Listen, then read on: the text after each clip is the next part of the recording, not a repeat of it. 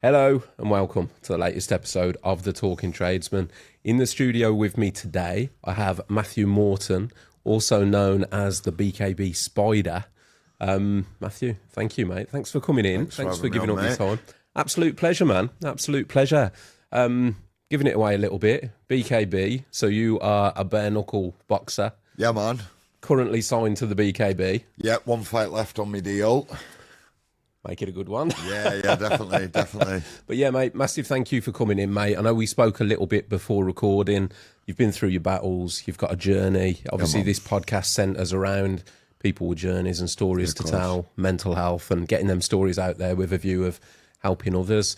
So I'm interested to get into yours, mate. I think, first of all, we'll go to the name, the Spider. Yeah, man. It's quite obvious why that's your nickname, mate. Yeah. Tell me about that.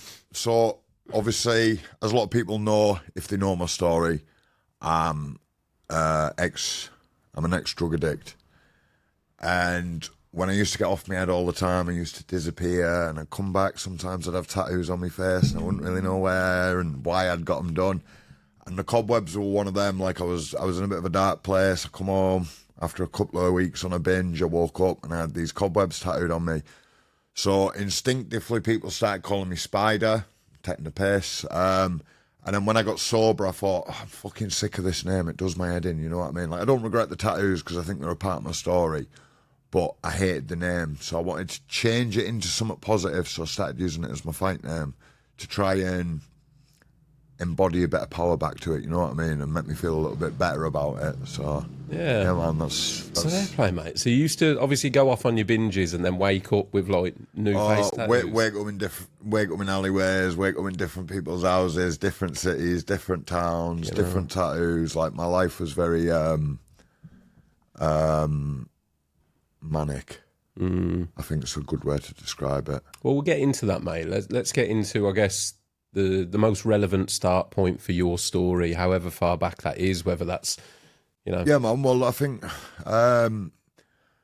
when I was young, me and my mum, my dad, my sister, we all lived together. My mum and dad were still married. I've got a bit of a rocky relationship with my dad. I wouldn't necessarily say he's a bad parent, but I think he parented how he was parented. So sometimes, you know, that maybe comes across a bit aggressive, a little bit handsy, and a little bit stressful, I think, because he was providing and he was going to work, and I think he was tired. And then given what he's learned when he's grown up as to what's acceptable to be a parent, then you imply that as a parent yourself. So my mum and dad, when they were together, me and my dad used to have disagreements and stuff, and sometimes it'd get a bit physical. Now, when I was quite young, him and my mum split up, which didn't really bother me, to be honest. I was a little bit buzzing, you know, because like I idolised my mum when I was a kid. And I thought, buzzing, you know, it'd just be like me, my sister and my mum now. So you were glad that your dad had left the house? Yeah, I mean, as bad as that sounds, man, like it still upset me, but I seen it as, it's just going to be me and my mum. And I knew, as daft as it sounds, like, I could sort of get my own way with my mum when I was a kid, you know? Like, you figure that out when you're a kid, don't you? Like my What dad, sort of age was it, Matthew, when you left? I think about 9 or 10 when they split up. So I thought, buzzing out. You know, my mum's really kind. It'll be good. It'll be good. And I think my behaviour as a child started descending a little bit, maybe because my dad had left, maybe there was less structure, less discipline. And I started having this need for a father or a male role model. And my dad and me, as I said, had quite a strained relationship. So when him and my mum split up, I almost felt like I was the one that had to get in touch with him and make the effort, and I just didn't bother. And I seen it as, well, you're my parent. If you wanted to see me, you come see me. Whereas my sister and my dad have the opposite relationship. My sister's stuck in, she's rang him up, she's made efforts, and now they have a really good relationship. I get on with my dad now, but more like friends rather than a father-son relationship. Great guy, love him to pieces. I think sometimes me and him just sort of maybe lack on the communication value to life, you know what I mean? It's hard, mate, isn't it? It's because the generations are changing so much. And like, same as my parents' generation, it was a very different world, wasn't it, that they grew up in? It was a very I guess traditionally men were men, didn't talk about emotions, weren't particularly loving. They were the providers. They went out, they work hard. And it's always worth putting out there because some of the listeners that will listen will be younger generation. But things, like smacking the kids, that was normal when I was a kid. Yeah. So whereas now it's like it's a crime. Social services get called, yeah. Exactly. Yeah. So it's always worth pointing out that times have changed and we've adapted with times, haven't we? And I suppose our laws and legislations also adapt with them times. So I think that was the start of like when I started behaving bad. I started being maybe a little bit mischievous at school. And I think my mum seen that I needed a father in my life or a male role model. So in came this family friend who she'd worked for a long time. And to begin with, like he seemed, I suppose, because in the nature of what he was and who he was as a person, that is what he needed to do in order to gain the access he needed to gain. Do you know what I mean? So he needed to be reliable. He needed to be trustworthy because the man was a paedophile. Do you know what I mean? So when he come into the life to start with for the first few months, used to show me an attention that was foreign. So like we're going to like car shows, we're doing stuff and someone's finally paying the attention to me that I've craved, you know what I mean? And I'm like, oh my God, this is insane. And I trusted this man. Now, after a while, starts putting things in place like guilt and reminding me of what we were doing and how much things cost and, like reminding me that my dad wasn't around and I think sort of poking holes in my fundamentals of life, really, you know what I mean? So I became more trusting of him, less trusting of other people and sort of segregates you from reality a little bit. Now, after this happened, like it's a difficult one for me because it's like, while it was happening, I didn't necessarily understand the core values of what was actually happening. So I started being sexually abused from such a young age, and like it sort of corrupted. Obviously, as it would corrupt anyone, but it corrupted my outlook on life. Now, I didn't feel like I'd be believed. I almost didn't really understand the gravity of what was happening. Yeah, I think I was too young to understand the gravity of what was happening. And I was filled with anger, distress and discomfort all the time. Was this chap in a relationship with your mother? No, so my mum coming in as a friend? Yeah, coming in as a friend. Right. And like, obviously me and my mum have talked about it now and I see the guilt that she feels regarding the situation as well, which like obviously I can't even comprehend because like as a parent I wouldn't want that to happen to my child, so I can't imagine the feelings that she feels about it. Obviously, it's not her fault. Like these manipulators are good at getting in and hiding away. It's what the craft to do. In the word predator is there for a reason, mate. Yeah. They're predatory. It's like it's stalk prey. It's like their instinct. They're fucking sick. Like they know what they're doing. They build the trust first. They take away the trust that you had in other people and other organisations.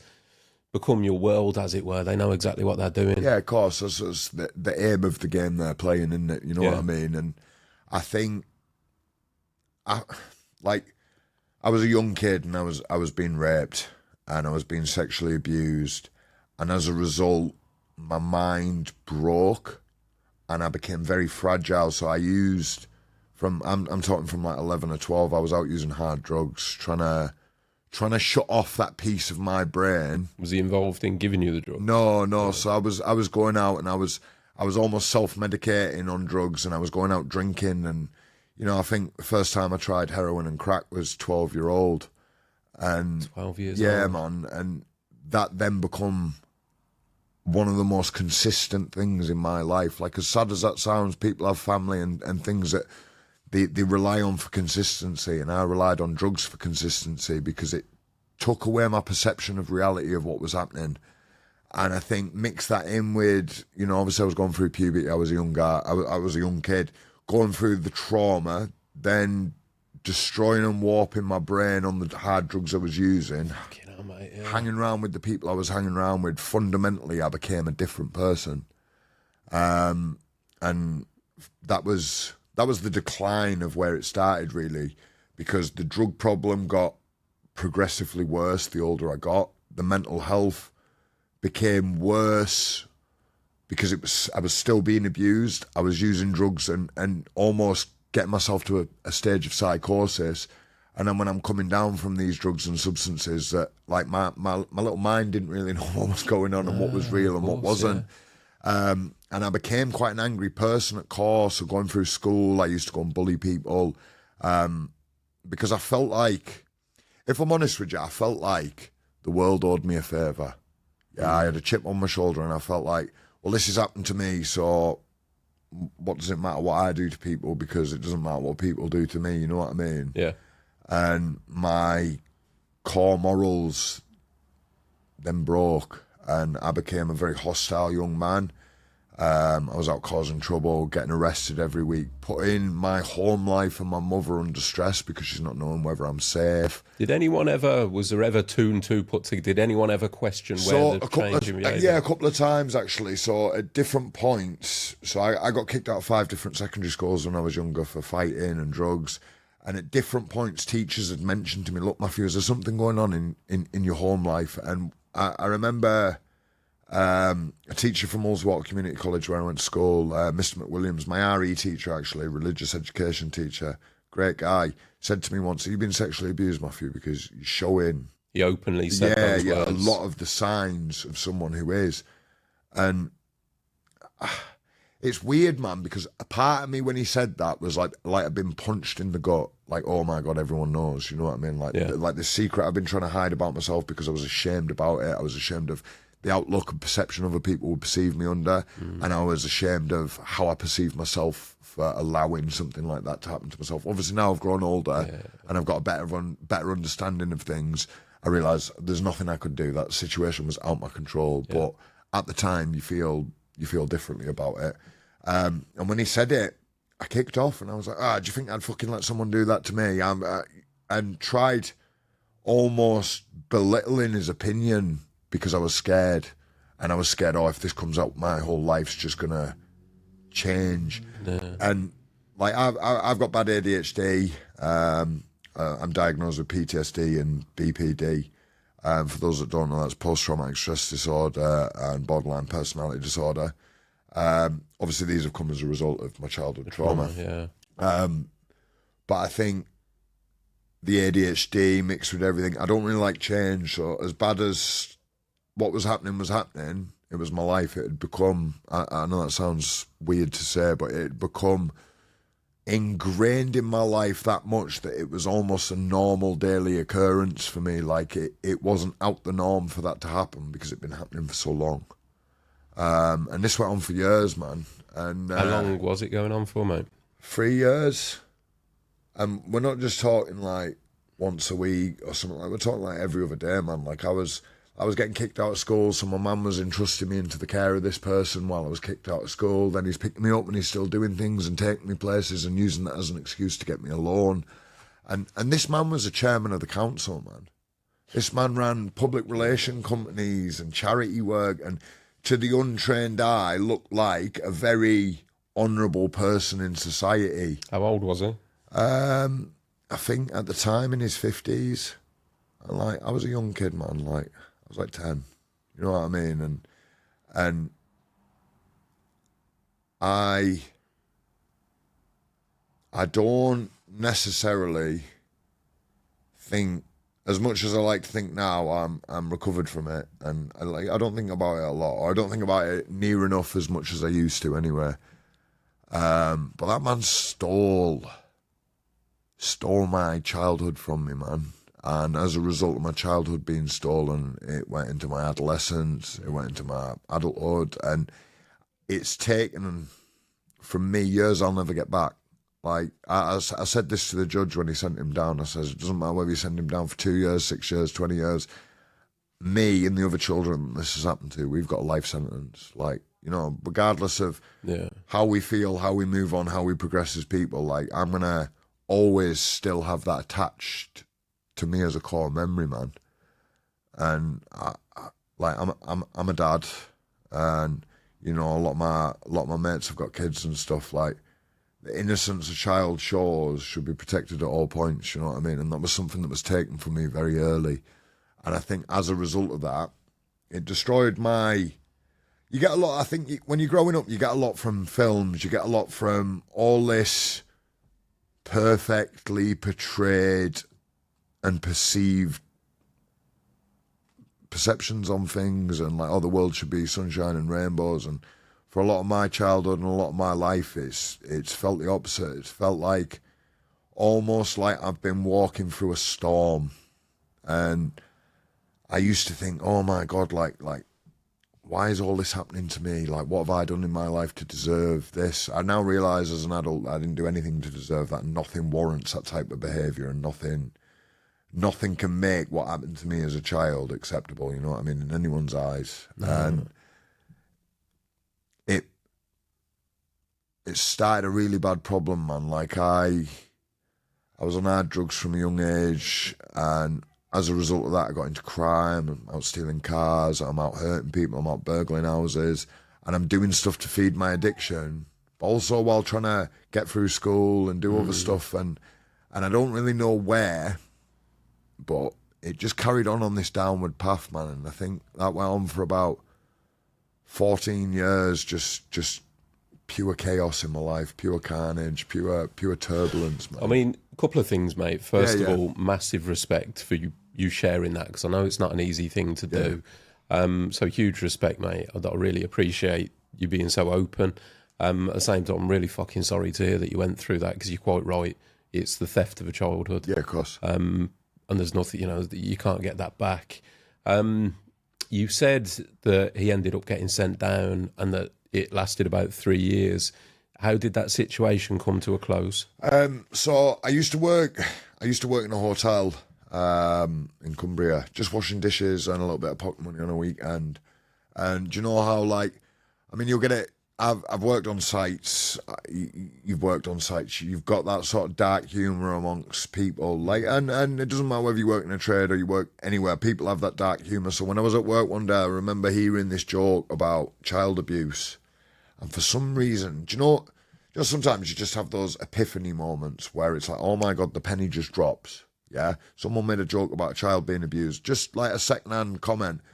But the penny dropped, and I was like, oh my God, for years, I've been getting abused. For years, I've been getting sexually abused. And it was like, I don't know how at 15 I hadn't, like this is years after it stopped happening as well. Like, I don't realise how that was, I'd never really, oh my God, that's what was happening. But that moment, I was like, yeah, that's what's happening. I was seeing a girl, like a childhood relationship, and I went and told her mum.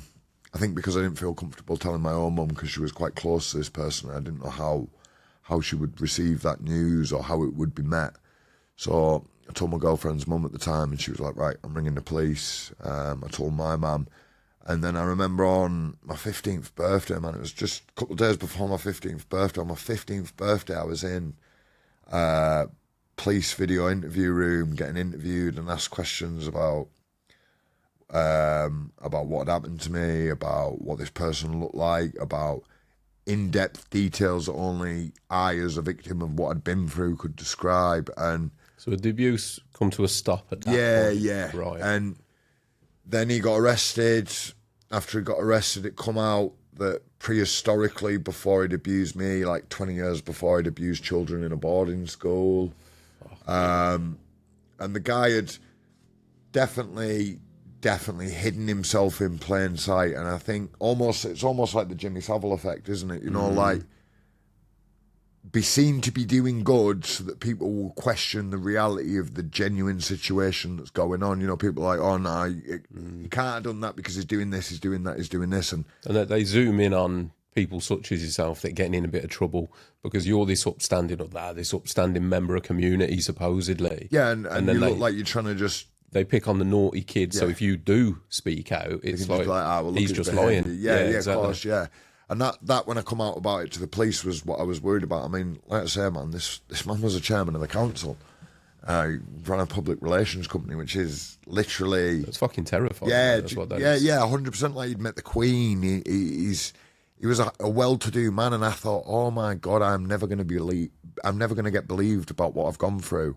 Yeah. Luckily, that wasn't the case. The police were good. And at the time, I had a bit of a moral compass on the situation, because as much as I wanted it to stop, I didn't want to talk to the police, because I've always been brought up, if you talk to the police, you're grass. And now, obviously, I understand the magnitude and the difference between the situations. Like, there's a difference between dobbing your mates into the police and grassing on your mates, as there is shopping a paedophile. Yeah, do you know what I mean? Like, them people deserve to be rotting in prison, and they deserve a lot more than that. Yeah, 100%.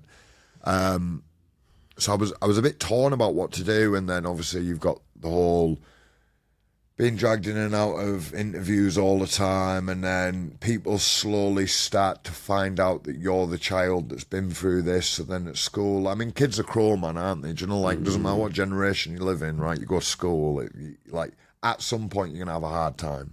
Yeah, or most people do. Like kids are really cruel, and people started finding out what had happened to me, and bullying me for it, and making out like I was less of a person and less of a man because I've been sexually abused. So I moved away from the town I was raised in, not far, just 19 mile when I was 16, and I started living independently. I had my first flat at 16. I had no GCSEs because I'd been kicked out of like 5 different schools, and I took myself away to college. Let's stop there a moment to say a massive thank you to our headline sponsors, Zinza.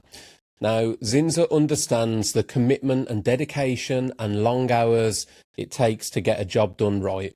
That's why they make the paints and primers that pros trust to do their best work.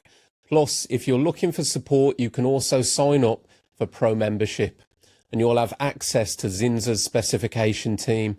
They make it easy to pick the right products and will work closely with you on site to deliver a solution that meets the highest standards. It's all part of what makes Zinza the mark of a pro. A big thank you to Zinza for continuing to support the Talking Tradesman podcast and helping us spread mental health awareness throughout construction and beyond. Now let's get back to the episode. Bearing in mind I've got crippling drug addiction at this point, but I took myself away to college and I studied business and accountancy, which I actually got a qualification. I've done nothing with it since having it, but I stuck it out. That was probably the first thing I'd ever stuck out and gone and done. But after that, like, I lived a life of selling cocaine, selling weed, selling crack, selling heroin, taking crack, taking heroin, and I never seen it as a problem because I wasn't skinting myself while I was selling it. I was still earning money. I was still able to take the drugs and sort of almost still feed myself, pay my bills and stuff. Now, situations happen, and like, I got myself in rocky roads with people from different counties, and I started owing a lot of money, and then I started getting in trouble. I started getting beat up. I started getting battered. You know, I'm having knives pulled on me, and this is over drug debt. Yeah, over drug debts, man. And I didn't want that life for myself. I think mostly because, well, to be honest, man, it was rocky. I remember finding out my ex-missus at the time was pregnant, and I thought, I want to live a better life. So if I get away from the drugs and selling the drugs, then I'll be able to stop the drugs. And in reality, I stopped selling the drugs. I had less money. I still had a crippling addiction. I split with my ex-missus, became a very absent dad, and just got off my head all the time. And I railroaded my own life. Like, obviously, I'm very well aware that the situation that happened to me when I was a child laid out a path, man, and a desire for me to take drugs to escape the reality. However, as I got older and I understand that, you know, there's right paths, wrong paths to go down, I then chose to carry on taking drugs. I then chose to carry on making decisions that have affected my life and carry on involving myself in drama and chaos. And I think mostly because that's where I felt comfortable. As stupid as it sounds, I was having this discussion the other day with my pal. I used to, for a long time, I could do months off drugs and then I'd self-sabotage. And I think when things started to go right, I self-sabotaged because even though good things were happening, I didn't know what was about to happen, right? So the anxiety of not knowing filled me with dread, man. So then I used to go out and self-sabotage because even though I knew what I was doing was going to completely destroy everything I'd just worked towards, I knew I was comfortable in that situation. Do you know what I mean? I was comfortable with nothing. I was comfortable at rock bottom. I was comfortable sofa surfing. I was comfortable not eating for days, doing drugs, comfortable being reckless because it's all I knew. I almost conditioned myself throughout my life to live like that. And then like I said, I had this chip on my shoulder thinking the world owed me a favour. I almost felt like I'd been bred into the world to be a punching bag. That's what I felt like, whether it was off people, whether it was off people I used to call my friends, family, whether it was off situations, I felt hard done to all the time.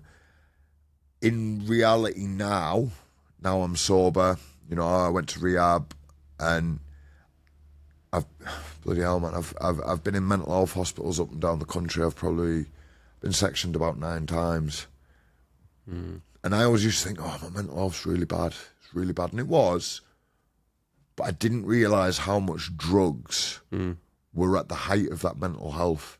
So I go into mental health hospitals. I've been there a month, 2 months, 3 months, maybe 5 months, you know, like different spells. And I'd come out and I'd feel fresh and I'd be like, oh my God, I feel amazing. You know, I'm on whatever medication I'm on. And life was starting to feel good. Then I'd self-sabotage. I'd be back on drugs. And a few years ago, I realised I don't think my mental health problems are as bad as I think they are. I need to go get help for my drug problems. And then maybe once I've done my drug problems and I've addressed them, I can address what's going on in my head. Because right now I was too up and down all the time, man. Like life was a roller coaster. Like I'd be feeling sad in the morning, I'd get some crack and I was sound. You know what I mean? Yeah. No matter what I was feeling, I was all right. Or like, you know, if I had to lie, manipulate to get money, as long as I got the money, I was all right. I didn't really have a moral compass back then. It's a really valid point, mate, because like in my industry, in the construction industry, like drink and drugs are a massive thing. Yeah, you know, it's work hard, party hard. But there's also a lot of people suffering with mental health. However, you've got to do that in a work where you look and you go, yeah, I am suffering with my mental health. I'm not taking that away.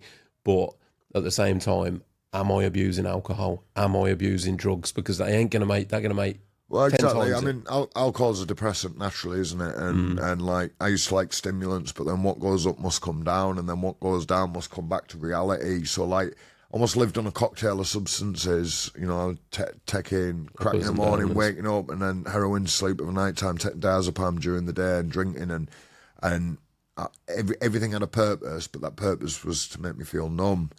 So I started working on myself. I went into rehab, and in there, man, like my whole perception on the world I lived in and the reality of the world I'd come from started to make sense. Like I got sober, and while I was in there, I found God. Now, I understand a lot of people have their views on God and their views on religion, man. But like for me, that's what saved my life. Giving me a sense of purpose and focus, and realising I'm not on my own all the time. Like whether I see someone, whether I see God with me or not, I feel His presence at all times. So obviously the Christian morals is to live a good life, and stay away from sin.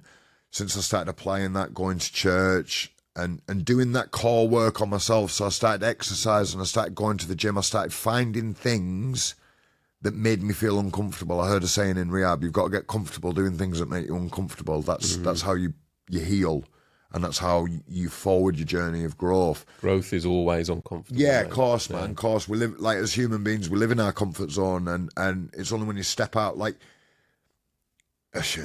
ships don't discover new shores and oceans by just staying stagnant. You know what I mean? You stay in the same place, you're staying in the same place, you're seeing the same water, you're seeing the same views. So you've got to get out, you've got to do things that put you at a little bit of distress and discomfort to grow. So when I started going to church, that made me feel a bit uncomfortable. I started going to the gym and I was like, oh my God, people actually come to the gym and enjoy it. How do they enjoy it? I hate this. And then I started going to the gym every day, and even though I didn't want to, I was disciplining myself. And I think that was the first sense of discipline I ever had, like being in rehab, being in a good routine, eating well. How long ago, just to get the timescales on point, so the life of sort of like chaos and addiction, how many years was that? Probably chaos and addiction from when I was like 12 till I was about 26, and then a good 14 years. Yeah, and then from 26 onwards, it's been like an on and off journey of recovery. Like I was doing really well. I'd do a couple of months here and there, and then like I'd have like a day where I went on a binge. I've been strong for a long time now,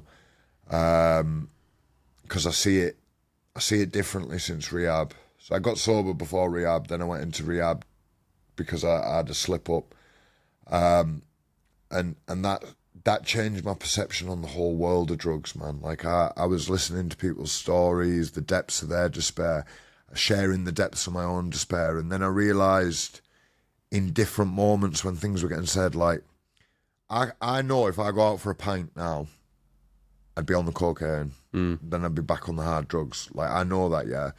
But it's addiction's the only disease that'll lie to you. It'll be like, oh, you'll be all right if you just have one. You can go out for one. Never in the history of my existence have I ever just been out for one pint, one line, one whatever. So why this time is it going to be any different? You know, Einstein said himself, didn't he, that the definition of insanity is doing something over and over and expecting different results. So while I was in rehab, all this resonated with me. I found God. I found a sense of community and belonging in Jesus Christ that I've never found before. Whilst training in the gym, I started hitting the punching bags, and I thought, oh man, I enjoy this. So I signed up for a few unlicensed fights. And that really marked a pivotal point in my life where I was able to be like, right, I've got something to focus on. Even if I don't want to do it, I'm going to get up and train, and I'm going to do this because I've got a fight coming up. Was it unlicensed boxing? Yeah. Before because there's one thing I want to put the nail in the coffin of, mate, which to move away from. I want to get into the fight career, but I think all the listeners will be wondering this as well. The dog that abused you. Yeah. How did he get sent down, and how long for? Yeah, so he abused me, and I think off the top of my head, 4 or 5 other children Came forwards. Yeah, I think they came forward after me, so it was like, I think they listened the headlines in the paper, and there was probably a lot more that didn't come forward. Yeah, if he was doing definitely. For that period he of time. used to work in a boarding school, man. So he's abused his power. Then he's gone on to work with charity work with children and things like that, and he got 15 years. Which, I mean, maybe sounds like a lot, but then when you take into consideration the guilty plea, it's half, and then good behaviour, you get a third. And the man lives like 20 miles away from where I live. So obviously he's out now. Yeah, he's been out for years, community. man. I think he served 6 years, 5 years. Yeah. And fundamentally, that man's destroyed a lot of people's lives. Massive respect to you for having the strength to not allow the fact that, in my opinion, the justice system hasn't done justice. Yeah, of course, yeah.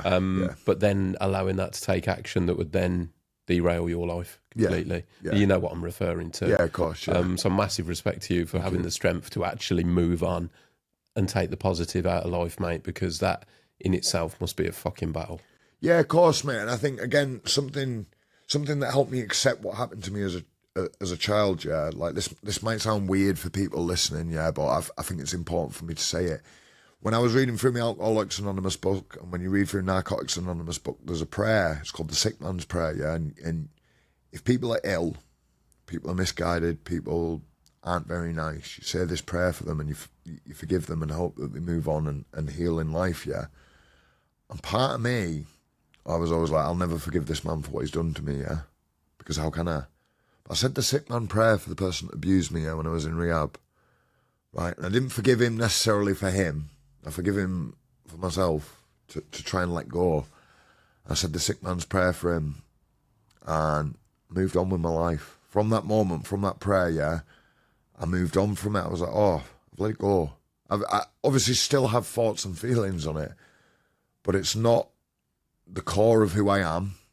It's not what I want to be remembered by.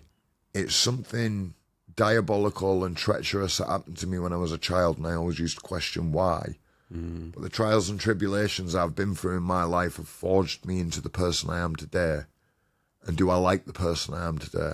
I love the person I am today, man. Like, that's beautiful. I went through life, like, I think mental health's a bad one, because you go through your life hating your decisions you've made, regretting things, hating yourself and hating everything around you, yeah? Since starting the gym, since starting fighting, since rehab, I don't feel any of that anymore. I sat down with a guest a while ago, Matthew, and they referred to, and it clicked with me, it was something that stuck with me. And what was said was, you can't build something new while you're running away from what was. And things like drug abuse and things like that, so often it is because you're running away from a trauma or something that has happened. But quite rightly, you can't build something new. You can't be a new person or create a new life while you're running away from something. Yeah, of course. That's one thing. So I used to move from town to town. I've lived in Manchester, London, Birmingham, all over Coventry, Scotland. Sorry to hear that. Yeah, rough, isn't it? But I used to think, I'll run away, and I'll be away from my problems, man. I'll run away from them, and fuck me, mate. They've got some stamina because they just keep up. You know what I mean? And like I said, since rehab, man, and since finding a community that accepts me like church does, that makes me feel the way church does, walking the journey with God, I feel safe, man. Like I got baptized a couple of months ago. Yeah. I was christened as a kid, but for me to go back and be baptized as an adult was a conscious decision on my behalf. That was a choice I've made. Yeah. And since then, man, I felt incredible before that because I managed to change my life around, but I feel even better now. Like I'm on a different path, a different journey. Like it's good. Like I love the fighting. I love it because it gives me discipline. It gives me things to train for. I love how it's basically eradicated my mental health problems, man. Like I wake up in the morning, I journal every day. I'm writing things I'm grateful for, 3 objectives I want to achieve during the day, 5 tasks I need to do during the day, the effort I give the task or what I think I'm going to give it. So in the morning I'm like, oh yeah, training, I'm going to give that a 5 out of 5. And then at the end of the day I go, well, what effort did you actually put in? Or maybe a 2 or a 3 or, and then notes on how my day's gone and what I can do tomorrow to be better. So do that every day. No phone after 9 o'clock, no phone before 7 o'clock. Like try and introduce discipline because that's something I've gone my whole life without. Fighting gave me that discipline, and when I first got sober, thought, fighting's going to become my identity, and for a little bit it was, but I now realise I've got so much more to give the world, man. Like I'm excited for fighting. I enjoy it. It gives me something to focus on. It gives me a feeling and a rush that I don't get anywhere else, and it gives me a pride in purpose. But I'm going down new avenues, man. Like I'm doing a leadership. I'm going to try and I'm starting a leadership course with the church I go to, looking at furthering my knowledge on Christianity and hopefully trying to help people, man. Like I'm setting up Alcoholics and Narcotics Anonymous meeting within my church to try and help people with addictions and give them a sense where they can come and feel listened to and talk and not have any judgment on them. Maybe a little bit less formal than Alcoholics Anonymous and Narcotics Anonymous, more like just like an open house meeting. And that's something I'm really excited for. I've lived a very selfish life, so I think now I do the opposite. I try and live a very selfless life. So helping people's good, man. Like again, this podcast, man, talking about mental health and making people realise they're not alone in what they're going through, and there's no shame in talking about what you're going through, because I think suppression of feelings it boils over, and it's a boiling point. Once you boil over, man, it's hard to get that lid back on. I often talk, mate, about something I call the value in trauma. Yeah, and there's nothing that can take away the trauma that you've been through, horrific as it was. So it sounds a bit strange when you talk about the positives or the value in it. But what going through that trauma has given you is this unique position where you understand it more than anybody that hasn't. But you can now take that value in that understanding, and you can use that to help countless other people that are battling the same things, because unfortunately abuse isn't rare. It's very common. It's more common than people think. And I think when you read about it in the paper, Jay, you always think, it wouldn't happen to anyone I know. It's you've not got really any strong feelings. I mean, obviously people dislike it. I'm not saying they don't have strong feelings towards the actual abuse, but when it happens to someone you know, it happens to yourself. It's a real thing. It's real life. And I think, like, even coming on this podcast, mate, and talking about what I've been through, if that can help one person, 100%, mate, then it's done what it needs to do. But it does. The beauty that I see with speaking to guests like yourself, though, man, is you've walked that path. You've been through the darkness. You've gone through addiction, which, again, more value in that now because you've walked that path. You know how it feels. And to take that experience and come out the other side and go, yeah, I've been through the depths, but I'm here now. Yeah. You know, I'm doing positive work. You've found God. you're fighting professionally on a stage. Oh, man, you're featuring in movies. Yeah, man. Like honestly, like I live my life the exact opposite to how I used to. Yeah, and that's my key on life is if you're doing bad and you're living bad, then bad things are gonna happen to you. Yeah, put positivity out there and live a good moral life. Like my whole life's changed, man. Like you said, I got to feature on a movie, man, because they said it was easier to teach fighters to act than actors to fight, and that for me was one of the best experiences of my life. I met some great people, like you've had Aaron on the podcast. Big shout out to Aaron. Aaron always says to me, he's on some kind of counting competition with the amount of shout outs he can get. Shout out, Aaron. There you go.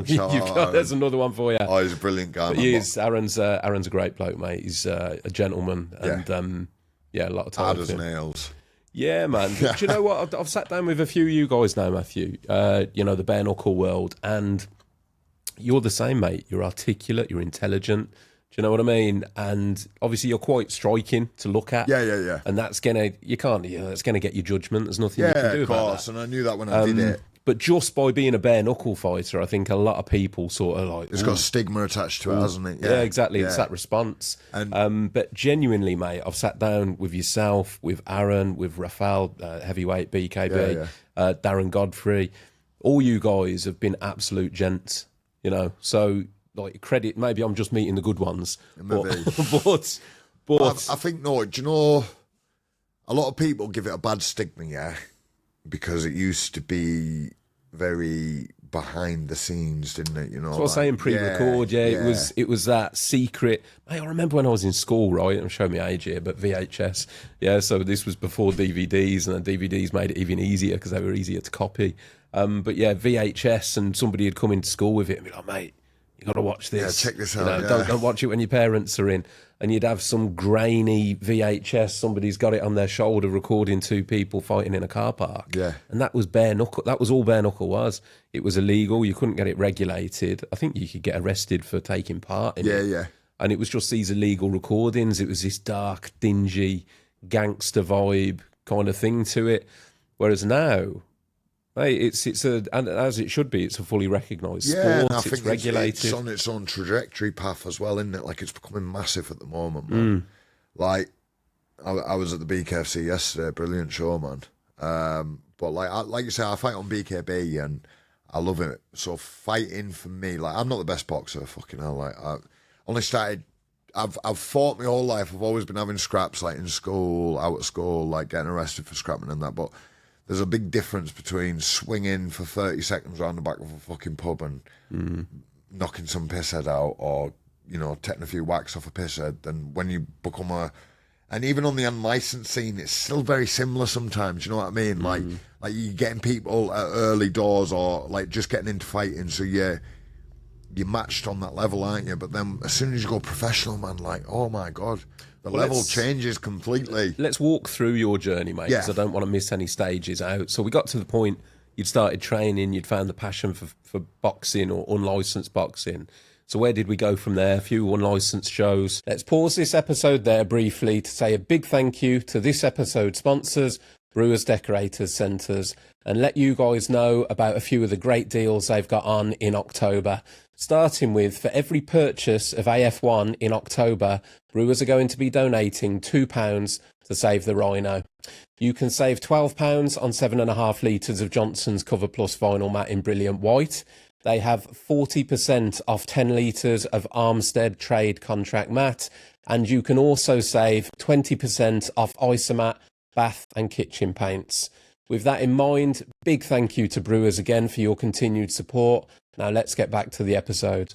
To tell you the truth, the first fight I had was on a show called Street Beefs, which is... Oh, I heard of that, mate. Owned by Paul Venice, man. Paul Venice, absolute stand-up guy. Shout out to Paul Venice, actually. Great guy, man. In sobriety, in recovery, in fighting, and just a stand-up gentleman, man. I really like him. I fought on his show, which was in 4-ounce gloves, so MMA gloves, okay. But bare-knuckle rules. So you could clench, could, you know what I mean? You could work the clench. That was my first ever fight, and I won. So your first ever fight was that? Yeah. On that? Yeah, like in a ring. I was thinking you'd go like, white collar. No. Like So I did that, and I got a TKO in the second round, and I was like, oh my God, what like, I feel amazing. It gives me a rush that no drug's ever given me in my life. And I was like, oh my God. And like, people coming up to you telling you how well you've done and watching it back on the video, it fills your ego a little bit. And you're like, oh my God, that was mint. So then a week later, I signed up for a bare-knuckle fight because I was like, I like the 4-ounce gloves. Yeah. But let's have a go at something a bit more dangerous. Probably my ADHD, that, mate. I'm quite impulsive. So I was like, right, I've done 4-ounce gloves. What's the next stage? What's more extreme than that? And I went on a bare knuckle and I lost my first bare knuckle, man. But it got fight of the night. It was I think it was co-main event as well. For my first bare knuckle. It was a good scrap. And then after that I dipped back into doing the 4-ounce glove fights. And I won a couple of hybrid boxing titles. And then I went into the bare knuckle. I won a couple of bare knuckles on the unlicensed scene. And then I got signed by, it was BYB at the time, obviously it's BKB now, and fighting in that triangle ring. And that's something new, mate. I must admit, I hadn't seen that until Aaron come in, and I was talking to him, and he was talking about it's Trigon that they call it, talking about that, and then looking into it, and I was like, fucking hell. Yeah, it's the smallest surface in combat history, and obviously the shape of it's a triangle, isn't it? So everywhere you go, you're sort of backed into a corner, and it's not very big. It's bigger than you'd think by the look of it, but well, it maybe feels bigger when you're in there. Created to get you guys fighting, mate. Yeah, of course. It's created for toe-to-toe action, isn't it? And which suits me, really, because, again, I'm not technically the most technical boxer. I'm pretty awful at boxing sometimes, you know what I mean? Because you come up against people like lads in the professional scene have boxed 10, 20 years, man. And Wait, I think, to be honest with you, Matthew, it shows the popularity, because we were talking again pre-record. This episode will go out in a couple of weeks, but last night it was headlining James DeGale. Yeah. So you got DeGale, massive name in boxing, has now gone into bare knuckle. Yeah. And there's a few, isn't there? I know, is it Paulie Malignali's fighting soon, isn't he? Yeah, on BKB. On BKB. Against Tyler Goodson. But yeah, fight that, there's a few crossing over. And sometimes I think, like, you watch some of the boxers transition over, and some of them do really, really well because they can adapt. So they adapt the boxing into the bare knuckle style, and some of them do really awful because they're not used to. It's a lot different, and it's more fighty, it's more scrappy. Yeah. I prefer the more scrappy side to it, which again I think why I like the Trigon, because it's a fight. Like you're gonna leave. I've left with cuts on my eyes. My hand hurt for months after my last one, but I enjoy that scrappiness. I've now gone away since my last fight and my last loss on BKB and worked tremendously hard on my boxing. Like, I train 6 days a week. I've cut my hours down from 5 days a week at work to 3 days, so I'm only tarmacking 3 days a week now. And I do my strength and conditioning and train 2 or 3 times on the days where I'm off work. And then when I'm at work, I'll go and do a double session. That's graft it's in strength itself, and conditioning mate, all day, isn't it? Exactly. Yeah. And the mental fortitude it brings up with the lads on site, man. But yeah, so now I just train. I go to work, I train. If I'm not working, I train more. And then I go sauna, steam room, recovery. And then on a Sunday, I go to church. That's pretty much my routine. It's pretty much all I do. I don't have much of a social life. I like going watching the boxing. I like going to events. And everything I do is either surrounded by what I do in the fight community or what I'm going to watch in the fight community, supporting my friends, training, or it's going to church. That is social life, mate. Yeah, well, it's good social life. It's a healthy social life. Like, I don't go to the pub. I don't feel the need to go out and sit in the pub and not drink or drink non-alcoholic beer in the pub. I don't have that craving or that urge. I think because I know where it takes me now, and I don't self-sabotage anymore, because I've come to the conclusion that when I start to get irritable, bored, and discontent, that's when things start to decline. I now can pick up when I'm starting to feel like that, and I'll look up, like, I write a list of things I'm grateful for every day. So then my journal the night before, I'll write what I'm grateful for. Then in the morning, that's the first thing I read. So I'm like, I start the day off with things I can be grateful for, things that I appreciate in my life. And then I journal again, and I get my thoughts. So before I've even got out of bed, I'm writing in my journal. I go downstairs, I have my breakfast, have my supplements, then I'm off to work, and then I go training, or I go training, then I go sauna, steam room, then I go back training and have a little rest. So it's pretty much all I do, but I wouldn't have it any other way, man. Like, But you're living a positive life. yeah, it's given me a new lease of life, man. It's given me something I can be proud of. It's given like my family something to be proud of, my friends and me something we can talk to, work towards, goals we can help each other with. It's given me a good life, man. And I'm now of a position where, like, I want to help people get out of the life I was living. If I can help someone get sober, then that's massive, man. Or if I can help someone go and talk about the fact that they've been or getting abused as a child. If someone watches something like this and thinks, oh, he's been through it, I can go and talk about it, fantastic. And my biggest bit of advice to anyone out there suffering mental health and, you know, anyone that's been through what I've been through or going through something similar, talk about it. Like, friends are there for a reason, man. And, like, bottling these things up just causes it to come out the woodwork years later in a much more distressed and compact and violent outburst of emotions. And I think talking's mint, man. Free. Yeah, mate. Well, listen, that sign behind your head there, it was the most simple thing I could put on the logo for this podcast, which is Let's Talk. Yeah. While I'm doing a podcast. And I volunteered at Samaritans for 18 months as well prior to doing this. So I saw the value of just talking, because that's all it is.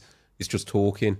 But it's the symbolism, like the metaphor that when you're keeping these things bagged in, it's like carrying a bag of boulders around. Yeah, yeah. By talking about it slowly, you're unloading the boulders. You're taking them off and people share that load with you, or someone comes and helps you carry it, man. Do you know what I mean? You can just put it down, leave it, and walk on by. Just drop it. Yeah, and move on. And I think, I was on a lot of antipsychotics and antidepressants for years, man. I don't take anything anymore.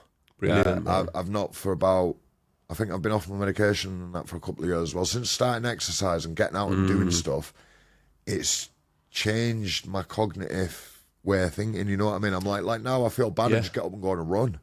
To be fair, Matthew, there's probably a good conversation in that, because obviously the medical system saw that you were struggling, they medicated you as a solution, but you've then taken that and actually done the hard work in your life to a point. Yeah, because I think with like medication, it serves its purpose. It serves its purpose. It stops you feeling those horrible feelings you're feeling. However, in my experience, and I'm not saying this is everyone's experience, in my experience, they also stop the good things. Not necessarily all the good things, but if I can't feel an immense amount of sadness, how am I meant to feel an immense amount of happiness? Or do you know what I mean? So it regulates your body and your mind to being okay and stable. Oh, mate, listen, when I say I'm anti-medication at all, because if you're in crisis, you need it.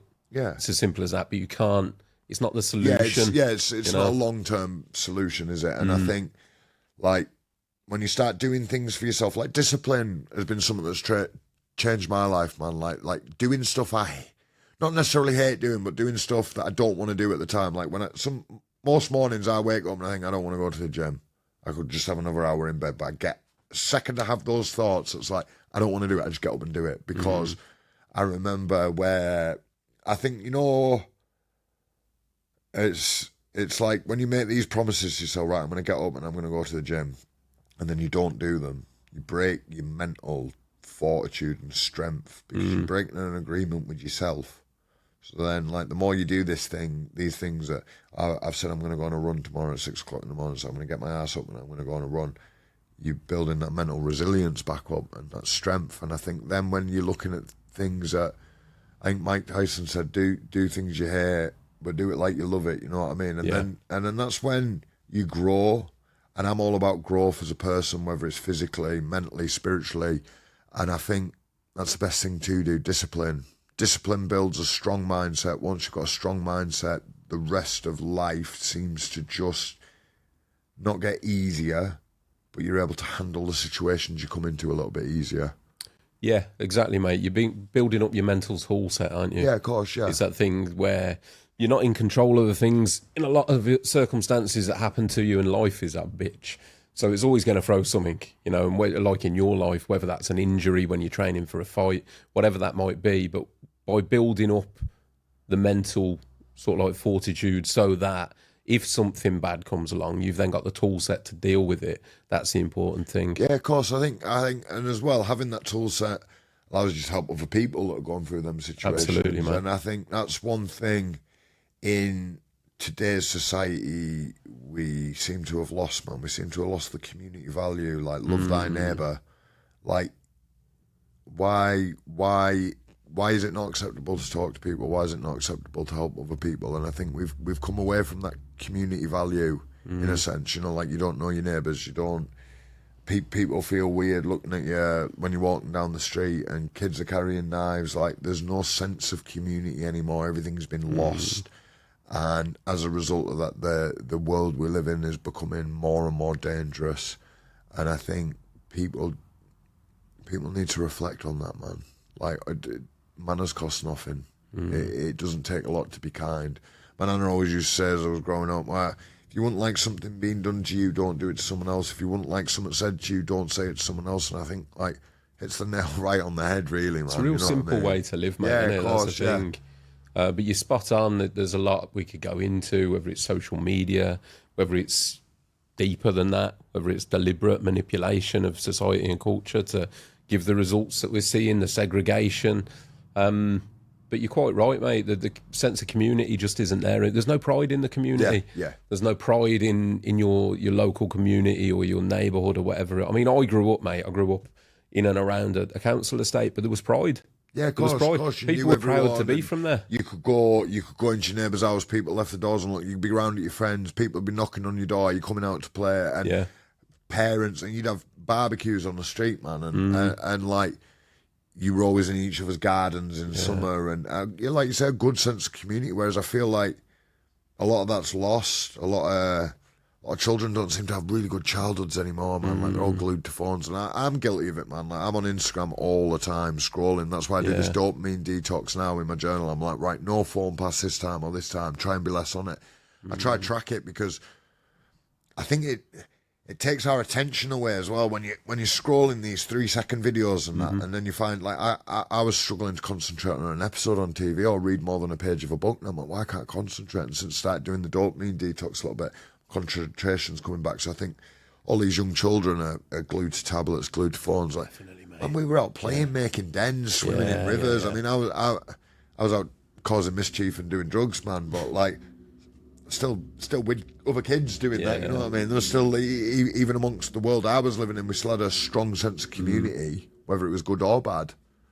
And now it's just, I think, fundamentally lost, and it's quite sad. Yeah, it is, mate. I don't know. Again, I mean, listen, there's positives to social media. If it wasn't social media, I wouldn't be sat here with you today. Course, so you can grow your circle through it if you treat it correctly. But what it has done is it has taken it away to the extent that you don't actually have to go and physically be with people to be under the illusion that you've got communication and like engagement with people now is done through likes and followers things. Mate, listen, I'm guilty for doing it myself, and it always intrigues me because I've got mates I grew up with. So with some of my mates, we've been mates for like 25, 28 years.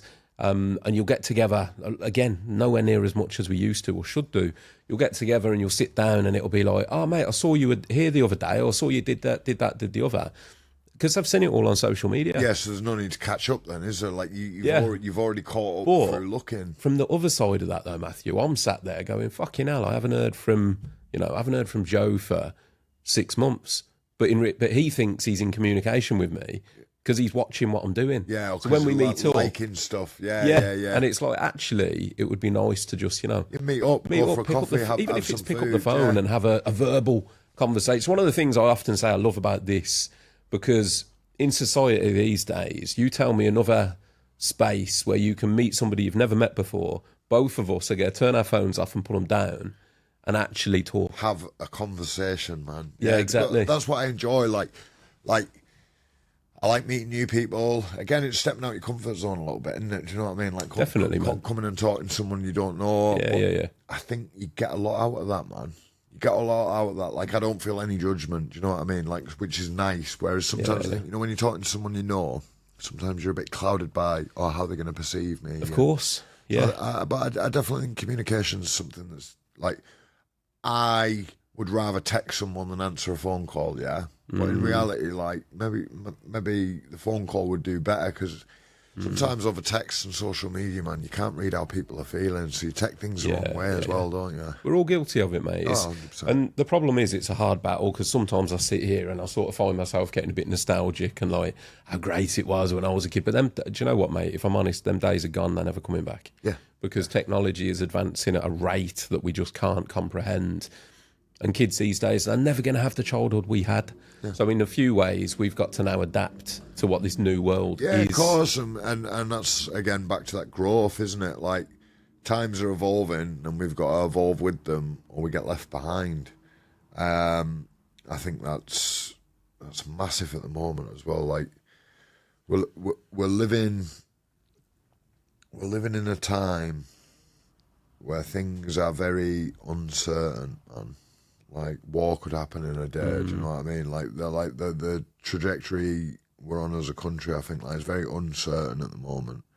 So I think having that community value back, being able to adapt, move forward, and change how we perceive things, maybe change things, like, when you're doing, again, the same thing over and over and people expect different results, it's insane. So maybe we need to change the way we think, change the way we work, change the way we listen to evolve and help people, you know what I mean? 100%, mate.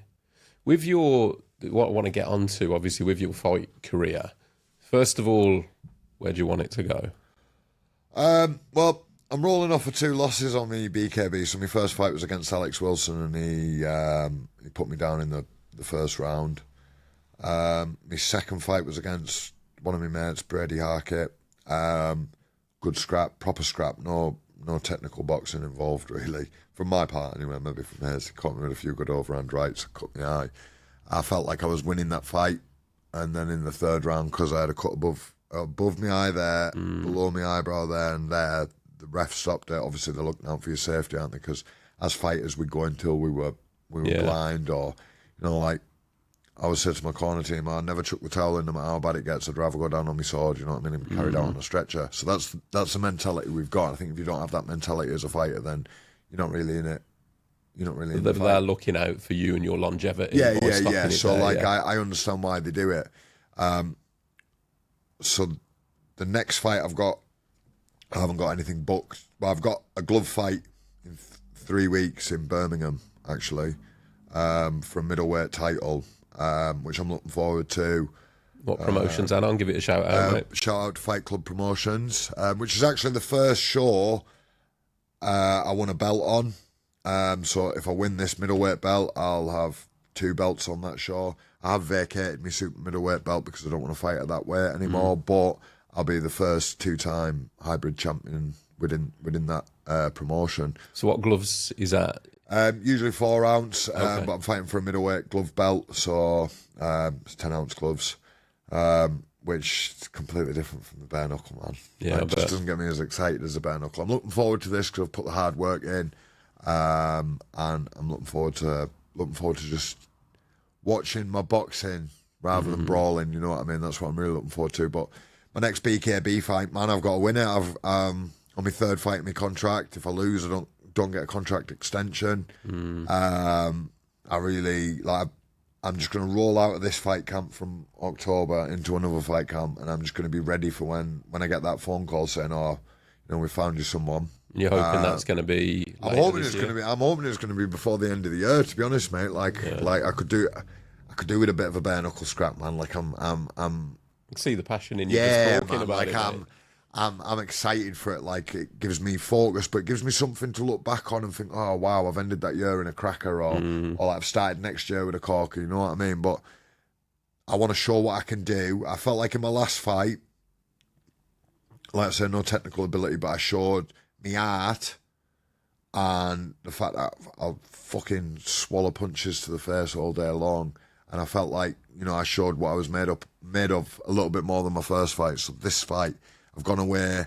I've watched that fight back so many times when I'm like, oh, fucking hell, if I just moved my head there. Oh, right, I understand now why people say keep your fucking guard up, because that would have been avoided. So I've analysed myself, and I've gone away, and I'm working on everything that went wrong. So now, on this third BKB fight, I've got to go and put it all right, man. Like, there's no way I'm getting out that ring without a win unless I'm fucking knocked out. Like, that's the only way, my heart's going to be in it, as it always is, but I'm going to bring some technique, some fucking head movement, man, and try avoid getting hit as much, and I'm going to dish out some damage, man. And so once you win that fight, mate, once you get your contract extension, if you could pick a dream fight, what would it be? What would your dream fight be? do you know what, mate? Like, not trying to get you to call anyone out, mate. What I'm saying is, like, if you had a dream fight, and listen, this could be legends, this could be dead or alive. If you could fight anybody for the passion of the sport, not because you hate them or whatever it might be, who would it be? Do I need to think I'd win? No. Oh, fantastic, man, fantastic, because I definitely don't think I'd win the fight. Do you know what, mate? Like, one of my all-time favourite boxers is Mike Tyson, man. I definitely wouldn't stand a fucking chance against him, but, like, what an honour that would be to share a ring with someone like that. Do you know Tyson, what I mean? absolute legend, yeah. But, like, yeah, fucking hell, my face would be broken in 50 different places. Can you imagine if Tyson was around in his heyday when bare-knuckle was breaking through? Be a monster, man. I always look back, do you know, like, actually one of my favourite boxing fights is Buster Douglas versus Mike Tyson, man. You know, when Buster Douglas knocked Mike Tyson out, what a fucking fight that was, mate. I remember watching that when I was younger, thinking, whoa, like, the guy went down, got back up, fucking knocked out Mike Tyson, man. Crazy. And he said, didn't he? He said, oh, I've done this because I promised my mum I was going to beat Mike Tyson, and she died a few days before the fight. But the fucking heart that guy showed, that's always one of my favourite fights, man, because I think it humanised Mike Tyson a little bit. Like, I wasn't this big old killing machine. Well, I mean, he was, and he still is, you know what I mean? But, like, I mean, and just Buster Douglas, man, what a fucking performance that was. And I watch that quite a lot, but then, like, I look up to a lot of bare-knuckle fighters, so I look up to, like, you know, Danny Christie, Paul Venice, I like Pick Jardine. I like all the lads doing the bare knuckle. Like, it's for me one of the friendliest. As daft as it sounds, because again, it's got that stigma, hasn't it?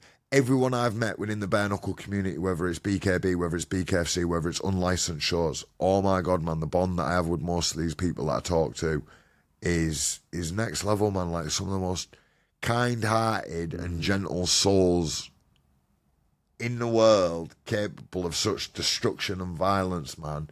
And I just think it's cool. Like, I look up to a lot of the people I've met, even if I've not followed the career for a long time. Like, you know, like, now I'm involved, I follow people that I wouldn't necessarily have followed, like, when I was getting into it. And I've met some people, and you watch different people's styles, different people's adaptations of what they're doing, and how some people bring boxing, how some people bring brawling. Some people no finesse whatsoever, but they get the job done. And I just think, as a sport, it's growing massive. I think it reverts back to, like, being a gladiator, really. Do you know, like we said before, man, it's... Well, I was just going to say, it's like the respect amongst gladiators, isn't it? Yeah. I think it's the same with a lot of professional fighters, mate. I mean, I've met a few, and they've all been gentlemen. I think once you know you've got the skills to fight, you don't have that thing to prove. Yeah, so it takes the ego out of the situation, man. Like, exactly. A lot of people walk around thinking they've got something to prove and thinking they're the big I am, but then when you fight, you sort of humble yourself a little bit, really. Like even as a professional fighter, yeah. Obviously, like I say, I'm not the most technically best, but I'll go into my gym and I'll spar and I'll get absolutely pieced up by people that aren't professional fighters. I mean, they're good, really good fighters, and obviously some of them are a lot better than me, man, but they've just not hit that professional level yet. So I think it really humbles you, because, like, you sort of get a bit of an ego sometimes. You start thinking, oh, I can just batter him. One of them, you go into a gym, you go into a fighting gym, man, you soon get humbled really fast. You're not as big as you think you are. You're not as hard as you think you are. Someone who's half your size, half your weight will put you down faster than you can say, holy fuck, you know what I mean? And I like that, because I think it keeps you also grounded then as well. Like, gives me a big sense of groundment when I'm going in the gym and getting fucking pieced up by a 17, 18-year-old and knocking my head to oblivion, you know what I mean? I think, wow, yeah. And it gives me a big sense of wishing as well. Like, I wish I'd got into that boxing and discipline from such a young age, because I think where I would be now. I think, do you know what, mate? That's actually, it's a frightening thing, really. So as I said to you pre-record, I was always a big UFC fan. So I've watched how quickly that's developed, where you've gone from, you know, people that used to be a specialist in like a wrestler or boxer or whatever. Now that MMA fighters are grounded, rounded, and you see some of the kids coming through and they're unbelievable. Like the kids of today, or the youth of today, should I say, coming into like UFC now, if you're signed by UFC, would have tore through the UFC fighters 20 years ago. Yeah, because again, it's that. I mean, you look at everything, you look at the way people train now, so like proper rest is incorporated in, you've got the strength and conditioning, you've got every different aspect covered, whether it's recovery, going to hyperbaric chambers and getting oxygen pumped back around your body. But this is my point, like with your sport now, with bare-knuckle rising in popularity, you're going to now have a new generation that come through. They're going to come along bigger and stronger. And they're going to train from day one as a bare-knuckle fighter. Yeah, so they're training the clench, they're training the different sort of dirty boxing techniques you can add in. And as well, because these platforms exist now, you can train for the Trigon, you can train for the need of that show, you know what I mean? So it gives people a good sense of... a good guideline, really, you know what I mean? A good thing that they need to do, and then they're going to grow up under learning from some of the best bare-knuckle fighters in the world, man. And they watch them. We never had any of that to study when we were kids. Like you say, we're watching on videotapes and stuff, and let's be honest, they weren't the best of it was like pub fights, wasn't it? Yeah, really? Of course, yeah. And now I think it's like being in a Coliseum, man. Like, you've got all eyes on you. One of you walks in one side of the ring, one of you walks in the other, and you sit and absolutely knock 10 bells of fucking shit out of each other until one of you wins, one of you loses, and there's a crowd of people watching it. And I think that's primal, pure, and raw at its finest, man. Don't get much more raw, to be honest with you. Definitely. And that's something I love, man. That's one thing I'm definitely passionate about. And it's nice to have passions in life now, because I spent a long time in my life deflated and angry, so passion wasn't something I ever really felt. You know what I mean? I was never passionate about anything, getting off my head, but I wasn't passionate about it. It was more... I can see, mate, as soon as I said bare knuckle, you see your face light up. Yeah. And like I say, I know I'm not... To anyone out there listening, I don't think I'm an amazing bare knuckle fighter. I enjoy the sport.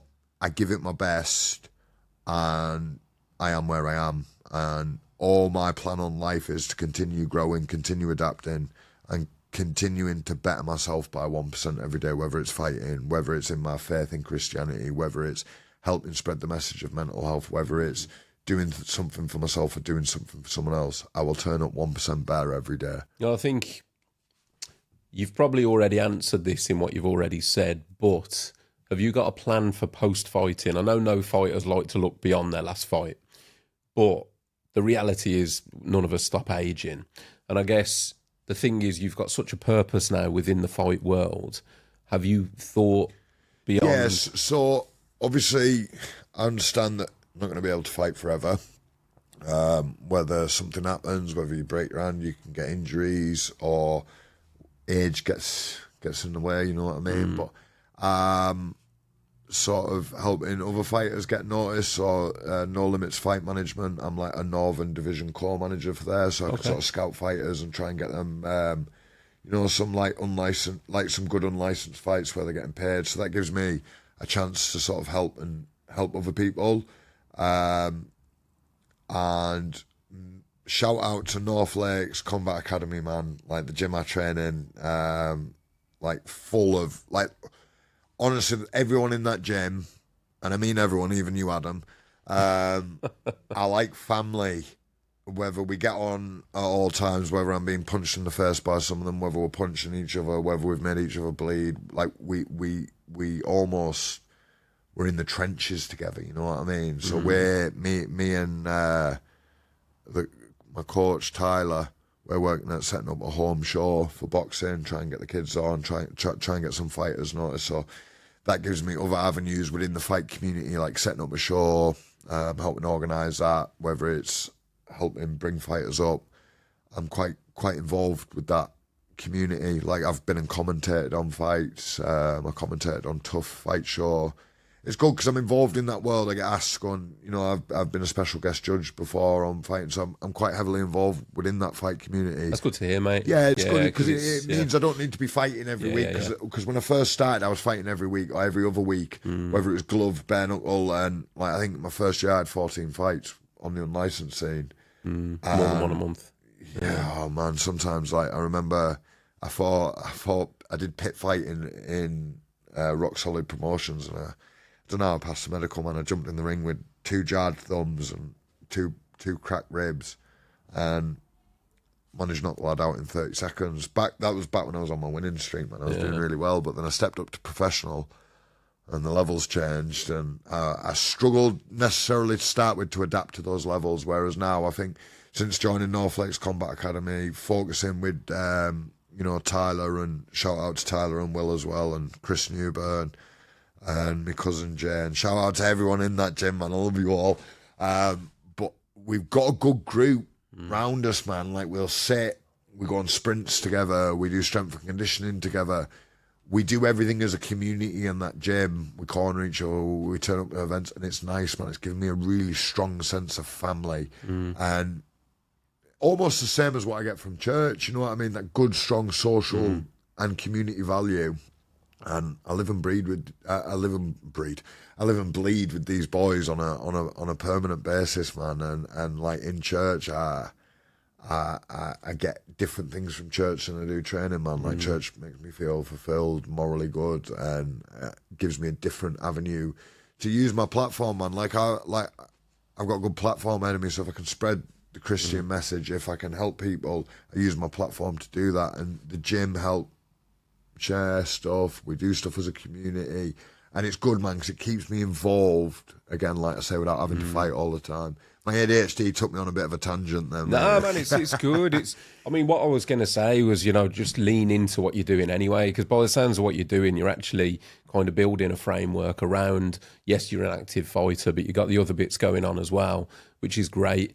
Because one day, like you say, whatever it is, whether it's age or you just, simply want to transition. You're not going to be able to get in the ring and throw down bare-knuckle. I don't get that vibe from you anyway, but I have spoken to a couple of people that they get so focused, I think, on the purpose that one thing gives them, that then there's that worry of, like, if that one thing has an expiration date. Yeah, so, to start with, that is exactly what I had with fighting. And then I got signed professional. I was like, oh, it'll all go away now. I'm professional. This will be my life. Then I lost my fight, and I was like, oh fuck. Like, I went through a bit of, like, I wouldn't say a dark period, but like I felt a bit hollow for a little while. I thought, right, I need to find other things that fulfill me, like fighting does. I love reading, man. I love educating myself. Like I think because I lacked education when I was a kid, I like now educating myself, so I find passion in other things. Because, as you say, you can't just be focused on that one thing. Because when you focus on that one thing, life has taught me one thing: it's very, very unpredictable, and things can be taken away from you without any realisation that it's going to happen. You know what I mean? So I think it's important to have fingers in different pies, almost. Brilliant, mate. Matthew, it's been fantastic, mate. I said to you before, but I really appreciate you opening up. Before we do wrap things up, there's a couple of things I want to go through. First of all, to everyone listening that doesn't already follow you and know where you are, where can they find and follow you? So they can follow me on TikTok, Spider BKB or Spider something. On Instagram, Matthew BKB Morton, Spider on BKB Instagram. Spider 24. Yeah. Give me a follow. I'm just trying to spread a good message and spread some joy out there. Matthew's details will be in the episode description below, so wherever you're watching or listening to this, scroll down, there'll be a link to at least one of his socials in there, so go give him a follow. As you can see, he's a good man doing good things and beating the shit out of people in his spare time. So yeah, mate, that's that one covered, so really appreciate that. Other than that, mate, is there anything that we haven't talked about that you wanted to... Thank you for having me on, mate. I've really enjoyed it. I really enjoy your platform as well, mate. Thank you, mate. I think it serves a good purpose, and I think more of this is needed, man. I'd like to shout out people that sponsor me on my fight journey. Please do. I've got Fight All Fuel Shop, Gorilla Supplements, North Lakes Combat Academy, I've got Athena's, I've got Gold Seal, I've got loads of sponsors. So if you sponsor me, thank you very much for sponsoring me on this journey and helping me towards my nutrition and my fight camps. But just shout out to my friends and family, man, that support me on my day-to-day journey, that have allowed me to build bridges with them despite of how I've lived previously. I've burnt these bridges several times, man. So the fact that there are people have allowed me to come back into their lives and make amends, that's massive. And a massive shout out to Addictions Northeast, which is a rehab I went to. I think if you need to get clean, pick up the phone, ring them. They'll offer housing, advice, and give you a good sense of well-being and look after you. And lastly, a massive shout out to my church, Influence Church, man. Like, the people and the community there have taught me so much about myself and about God and about a better way of living. Shout out to BKB. And big shout out to yourself, mate. Appreciate that, man. Well, listen, I'm going to look forward to your next fight, to tuning in, and I'll be supporting you, mate, wherever I might be. Much. I've got to get myself to one of the events. I'm meeting so many of you guys now. I need to come to the events. Yeah, definitely. But I will get myself down. So whether I'm in the crowd or watching, mate, you'll have my support, man. I'll be following your journey. Appreciate it. Thank you and very again, much. Huge thank you to your time. So that's it again for this one. Thank you for tuning in, watching, listening. Please do all that stuff that I always ask for, the likes, the shares, the follows. All helps with the platform. And I'll catch you soon on the next one.